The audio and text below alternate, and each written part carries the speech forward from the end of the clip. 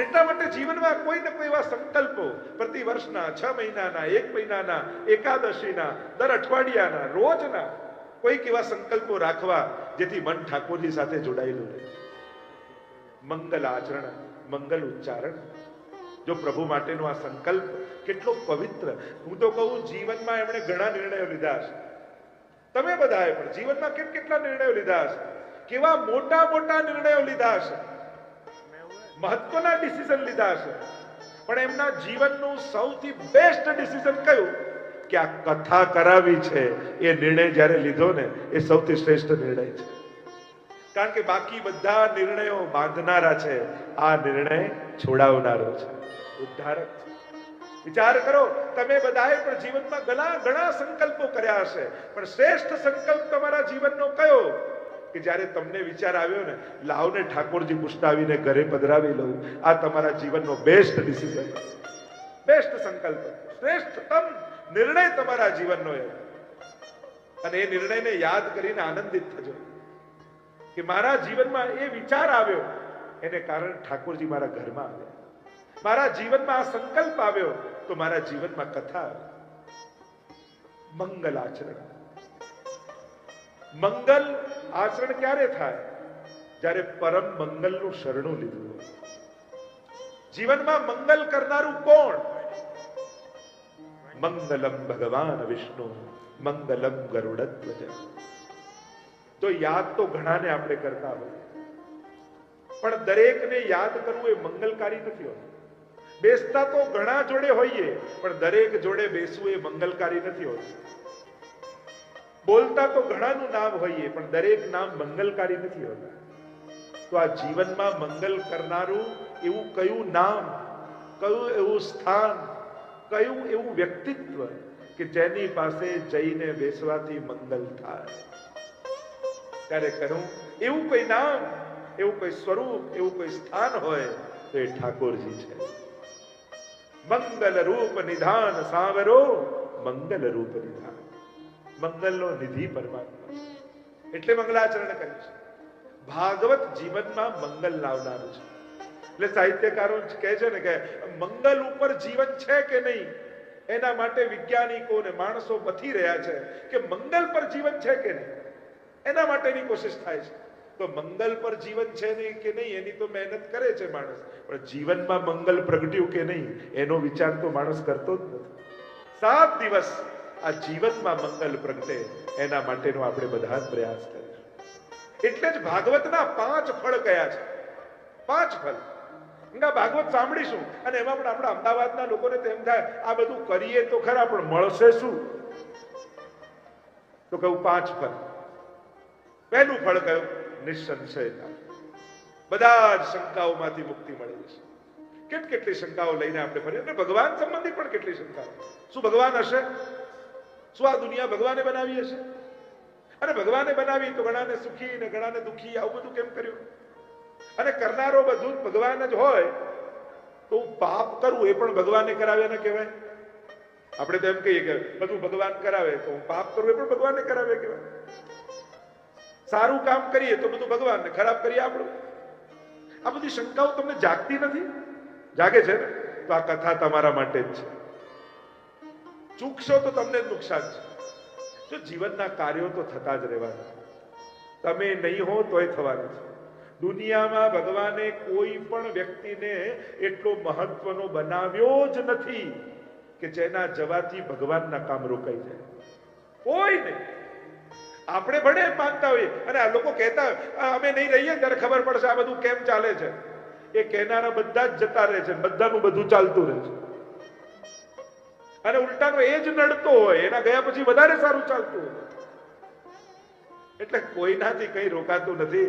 આ તો પાણીમાં આંગળી નાખવા જેવું છે. આપણને એમ લાગે જો ખાડો પડી ગયો, પણ જ્યાં આંગળી કાઢો ક્યાં ભરાઈ જાય ખબર ન પડે. દુનિયામાં કેટલા મહાત્માઓ આવ્યા, કેટલા નેતાઓ આવ્યા, કેટલા ધર્મગુરુઓ, સમાજ સુધારકો, કેવા કેવા મહાન લોકો આવ્યા. આપણને એમ થયું કે આ નહીં રહે તો શું થશે, પણ એ બધા ગયા અને દુનિયા ચાલતી જ રહી. ભગવાને કોઈને એટલું મહત્વનું બનાવ્યું નથી કે જેનાથી ભગવાનનું કામ રોકાય. એટલે એની ચિંતા કરતા જ. પણ આ ચૂકી ગયા ને તો બહુ મોટું નુકસાન કરી બેસશો તમે. કોશિશ કરજો 7 દિવસમાં એકે દિવસ પડે નહીં, અને એમાં પણ 7મો દિવસ તો જરાય નહીં, કારણ કે વૈષ્ણવ મહાસંમેલન, ગ્રંથોત્સવ, આ બધાની તો ચર્ચા કરવાની છે પછી આગળ, એટલે એ દિવસ તો ચુકાય નહીં. સર્વ સંશયોમાંથી મુક્તિ. ભગવાન પ્રશ્નાર્થ નથી, ભગવાન એ પૂર્ણ વિરામનું નામ છે. જીવનમાં જાગેલા બધા જ પ્રશ્નોનું સમાધાન એનું નામ ભગવાન. જ્યારે કોઈ જવાબ ક્યાંય ન મળે ત્યારે ભગવાનની ઈચ્છા, આ વાક્ય તમારા જીવનને પૂર્ણ વિરામ આપશે. અને મહાપ્રભુજી એ જ કહે, તથૈવ તસ્ય લીલેતિ મત્વા ચિંતામૃતમ ત્યજેત. ભગવાનની ઈચ્છા છે, અને ભગવાનની ઈચ્છાનો વિરોધ કરે એને વૈષ્ણવ કેમ કહી શકાય? એને પણ હસતા હસતા ભગવાનનો પ્રસાદ માની માથે ચડાવી લે ને તો વૈષ્ણવ કહેવાય. અનુકૂળતામાં તો પ્રભુ દેખાય છે, પણ ખાતરી આપું છું, કથા સાંભળશો ને તો પ્રતિકૂળતામાં પણ ભગવાનની કૃપાનો અહેસાસ તમને થશે, એવી સમજ તમારી બની જશે. અને વિપરીત સંજોગોમાં પણ જે ભગવાનની કૃપાને શોધી લે એનું નામ જ વૈષ્ણવ છે. નિસંશયતા પહેલું ફળ. બીજું, ભગવત પ્રાપ્તિ. ભગવાનની કથા દ્વારા ભગવાન મળશે. ભગવાન મળશે એટલે તમે ઉભા રહેશો ને આમ લાઈટ થશે, ધુમાડો થશે અને ટડંગ દઈને ભગવાન પ્રગટ થઈ જશે. આ સિરિયલો જોઈ જોઈને આપણી જે આદત ખોટી પડી છે. અરે ભગવાન કથામાં હોય છે, નિશ્ચિત છે, પધારે જ છે, પણ જોવાની આંખો તમને મળશે કથા દ્વારા. એ ક્યારેક આમ દોડા દોડ કરતા કાર્યકર્તાઓના પગમાં તમને ભગવાન દેખાશે, ક્યારેક પ્રસાદ વાંટતા ઉઠેલા હાથમાં તમને ઠાકોરજી દેખાશે, ક્યારેક કથા સાંભળતા સરેલી આંખમાંથી સરતા એ અશ્રુ બિંદુઓમાં તમને શ્રીનાથજી દેખાશે. કેટલા રૂપ ધારણ કરી પ્રભુ તમારી સન્મુખ આવશે. શરત એ છે, કથાએ આપેલી આંખ લઈને બેસજો, કથાએ આપેલી દ્રષ્ટિ લઈને બેસજો, અનેક રૂપે ઠાકોરજી તમને દર્શન આપશે. ભગવત પ્રાપ્તિ. ત્રીજું, પ્રભુની કૃપાનો અહેસાસ. ચોથું કહ્યું, પ્રભુની પ્રીતિ. પ્રભુમાં પ્રેમ પ્રગટ થઈ જશે. કથા સાંભળતા સાંભળતા ક્યારે તમે ઠાકોરજીને પ્રેમ કરવા લાગ્યા એ તમને ખબર નહીં પડે, એવો આ કથાનો પ્રભાવ છે. હમણાં આ ડ્રોન ના ચલાવશે, એમને ના પાડી દે. બોલો કૃષ્ણ કનૈયા લાલ કી જય, બોલો ગોવર્ધન નાથ કી જય. આ એ દેવ વિમાન અને ચડચડ કીર્તનમાં તો ગાઈએ છે, પણ હમણાં ભગવાનની કથા ચાલે છે એટલે દેવતાઓને કહીએ થોડી વાર વિશ્રામ લે. આમ ભગવાનની કથા એ પ્રભુ પ્રીતિનું દાન કરનારી છે. પુણ્ય કરવાના ઉપાય શાસ્ત્રોમાં ઘણા છે, પણ પ્રભુના પ્રેમની પ્રાપ્તિનો ઉપાય એ કેવલ ને કેવલ પ્રભુની કથા છે. અને છેલ્લું ફળ કયું? અભયત્વ. અભયતાનું દાન ભગવાનની કથા કરશે. ભય કેમ છે જીવનમાં? અને શાસ્ત્રો એમ કહે કે સૌથી મોટો ભય માણસને મૃત્યુનો છે, પણ કથા મૃત્યુને પણ પ્રભુને મળવાની ક્ષણ બનાવી દેશે, મહોત્સવ બનાવી દેશે. એવી કથાની આ સમજ છે. અભયતાનું દાન. અપેક્ષાઓ જતી રહેશે, અભયતા આપમેળે પ્રગટ થતી જશે. એટલે મંગલ રૂપ ભગવાન પોતે છે. મંગલ રૂપ નિધાન સામરો મંગલ રૂપ. આ 5 ફળ જીવનમાં આવશે ને તો જીવનમાં સાચા અર્થમાં મંગલનો ઉદય થશે. आइए मंगलाचरण में प्रवेश करते हैं. व्यास जी ने मंगलाचरण किया, खूब જ સુંદર મંગલાચરણ કર્યું છે. મંગલાચરણ કરતા વ્યાસજીને 3 નો આંક બહુ જ ગમ્યો, એટલે બધી વસ્તુ 3 આંકમાં ગણાવી. કોની કથા તમે સાંભળવા જઈ રહ્યા છો એનો સંકેત વ્યાસજીએ મંગલાચરણમાં જ કરી દીધો. એ ભગવાન કેવો છે, સ્વરૂપ, સામર્થ્ય અને સ્વભાવ ત્રણેયનો પરિચય કરાવ્યો. અને છેલ્લે નામ આપ્યું કે આ કોણ છે જે આ સ્વરૂપને, આ સામર્થ્યને અને આ સ્વભાવને ધારણ કરીને આ કથામાં બિરાજમાન છે. પરમાત્માનો પરિચય વ્યાસજી આપણને કરાવે છે. સચ્ચિદાનંદ રૂપાય. કેવા છે પરમાત્મા? એનું સ્વરૂપ કેવું છે? સત, ચિત અને આનંદ રૂપાય, સ્વરૂપ વાળા. સતરૂપ, ચિદરૂપ અને આનંદ રૂપ. સતરૂપ એટલે ના સતો વિદ્યતે ભાવો ન ભાવો વિદ્યતે સત. જેનો ક્યાંય અભાવ ન હોય એ જ પરમાત્માનું સત તત્વ છે. પરમાત્માનો ક્યાંય અભાવ નથી. એટલે કે છુપાવીને લીધેલી રોટલી પણ એ જુએ છે અને છુપાઈને કોઈને આપેલી રોટલી પણ એ જુએ છે. એ કણ કણમાં છે. એમને તમને જોવા માટે નાતત્વારાથી દોડવાની, અહીંયા ભાગીને આવવાની જરૂર નથી. તમે જ્યાં છો એ ત્યાં તમને જોઈ રહ્યો છે. એનો ક્યાંય અભાવ નથી. એટલે જ બિરબલ અકબરના પ્રસંગમાં આવે છે જ્યારે અકબર બાદશાહ બિરબલને પૂછ્યું કે કયું એવું કામ જે રાજા કરી શકે પણ ભગવાન ન કરી શકે. ત્યારે બિરબલે કહ્યું એક જ કામ એવું છે, રાજા કોઈને દેશ નિકાલો આપી શકે પણ ભગવાન કોઈને ના આપી શકે. કારણ કે સર્વત્ર ભગવાનની સત્તા છે. કણ કણમાં એ જ બિરાજમાન છે. આ જ પરમાત્માનું સત તત્વ છે. સત બીજું તત્વ છે ચિદ. ચિતિ જ્ઞાને. પ્રભુ સર્વજ્ઞ છે. પ્રભુ બધું જ જાણે છે. એ સર્વ વિષયોને તો જાણે છે પણ આપણા હૃદયની પણ જાણનારો છે. એટલે જ હરિરાયજી શિક્ષાપત્રમાં આજ્ઞા કરે છે, ન ચાતુર્યમ પ્રયોજકમ અંતર્યામી સમસ્તાનામ ભાવમ જાનતિ માનસમ. એ તો ઘટઘટની જાણનારો છે. એટલે ચતુરાઈ બધે કરજો પણ ઠાકોરજી આગળ ન કરતા, કારણ કે એ તમારા દિલની જાણનારો છે. પ્રભુ આગળ જેટલા નિર્દોષ બનીને રહીએ ને એટલા જ પ્રભુનો અનુભવ વધારે થાય. જેટલી ચતુરાઈ લઈને જશો પ્રભુ પણ તમને વધારે ચતુરાઈથી ચલશે. ચિત્ત તત્વ, ચિતિ જ્ઞાને એ સર્વજ્ઞ છે. અને ત્રીજું તત્વ પરમાત્મા છે આનંદ. એ આનંદ રૂપ છે. સુખ અને આનંદમાં ફરક છે. માણસ આનંદ લઈને પેદા થાય છે અને સુખને આખી જિંદગી શોધતો હોય છે. લઈને મળે એ સુખ, આપીને મળે એ આનંદ છે. ગ્રહણ કરીને મળે એ સુખ, વાટીને મળે એ આનંદ છે. પરમાત્મા તો આનંદ રૂપ છે. સુખ ક્ષણિક છે, આનંદ શાશ્વત છે. એટલે મહાપ્રભુજી પ્રભુનું સ્વરૂપ સમજાવતા કહ્યું, પૂર્ણાનંદો હરિસ તસ્માત કૃષ્ણ એવ ગતિર્મમ. ઠાકોરજી કેવા છે? પૂર્ણાનંદ. પરમાત્મા આનંદ રૂપ છે. વેદમાં એનું સ્વરૂપ કહ્યું, આનંદ માત્ર કરપાદ મુખોદરાદ.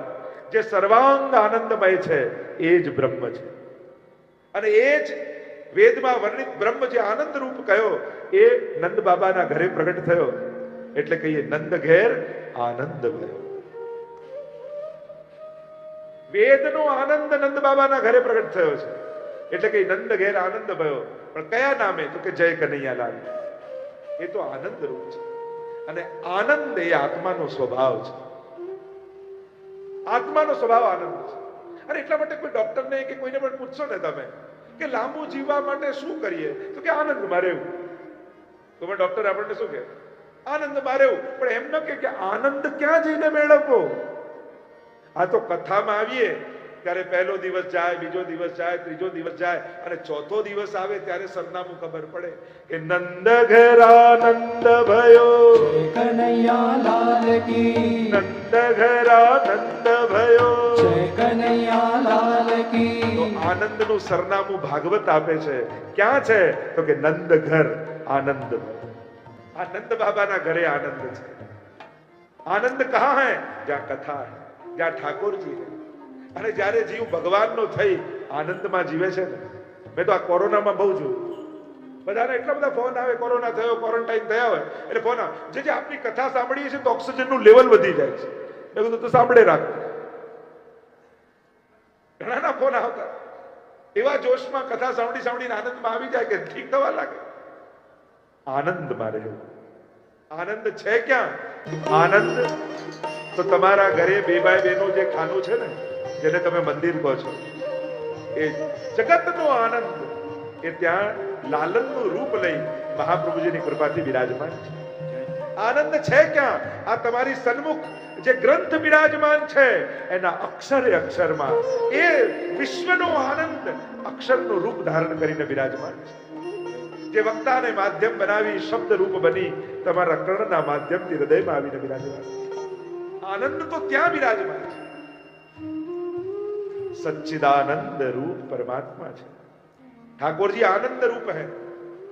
અચ્છા, આવું સુંદર રૂપ છે તો કરે છે શું? તો કે આ જે કાર્ય કરે છે એવું કોઈ નથી કરી શકતું. કે આ શું કરે છે?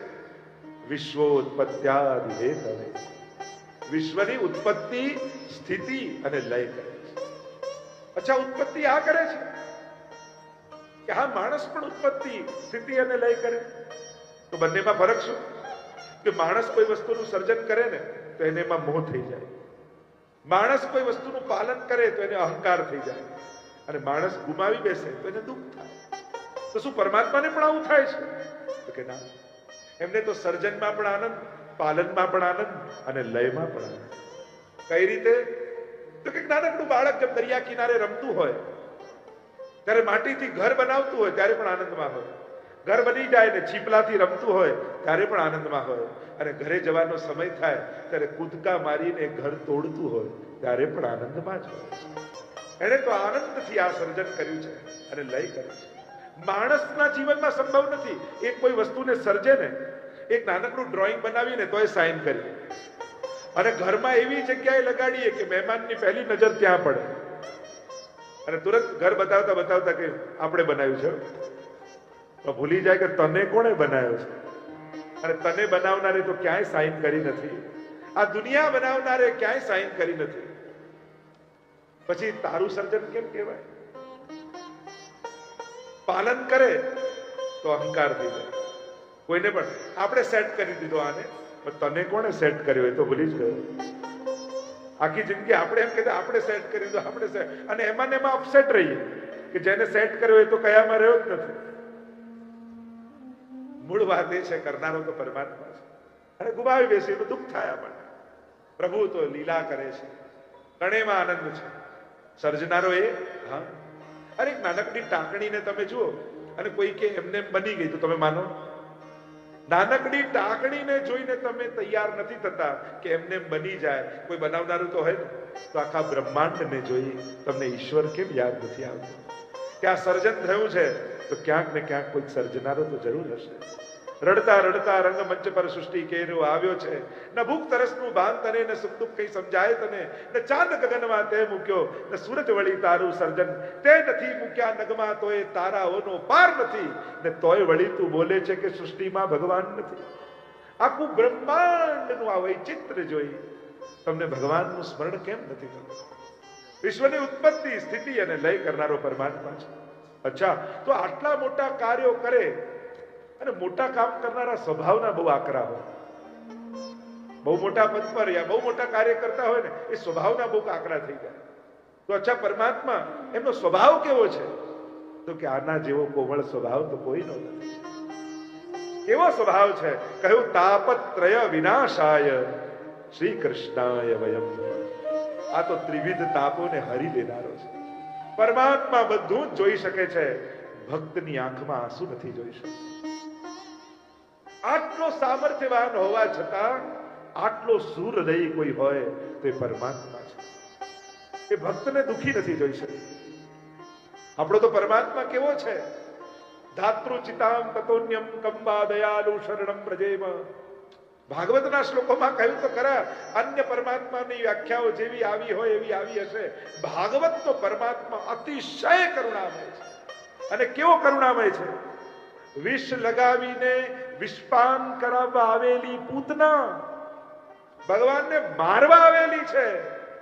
અને એ પણ જ્યારે ખોળામાં લે છે ને તો એને પણ જે માની ગતિ આપે એવો કરુણામય પરમાત્મા છે. એવો ભાગવતનો ભગવાન છે.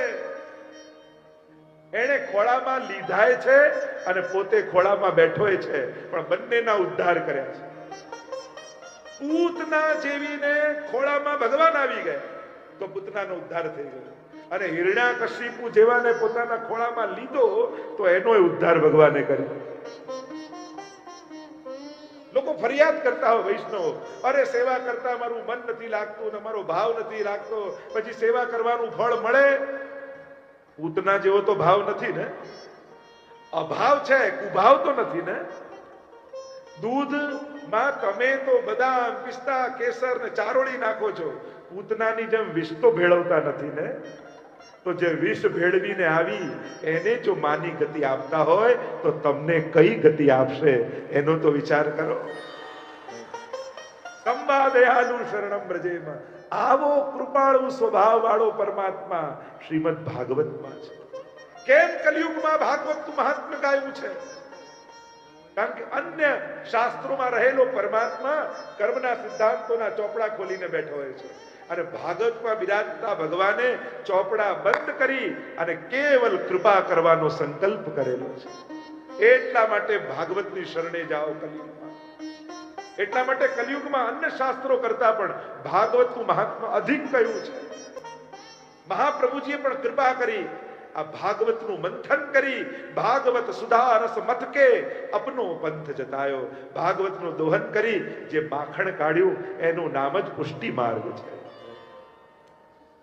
કેટલા ભાગ્યશાળી આપણે લોકો છીએ કે કથામાં બેઠા છીએ પણ મહાપ્રભુજીની કંઠી ગળામાં પહેરીને બેઠા છે. ગુરુ રૂપે મહાપ્રભુજીને માથે રાખીને બેઠા છે.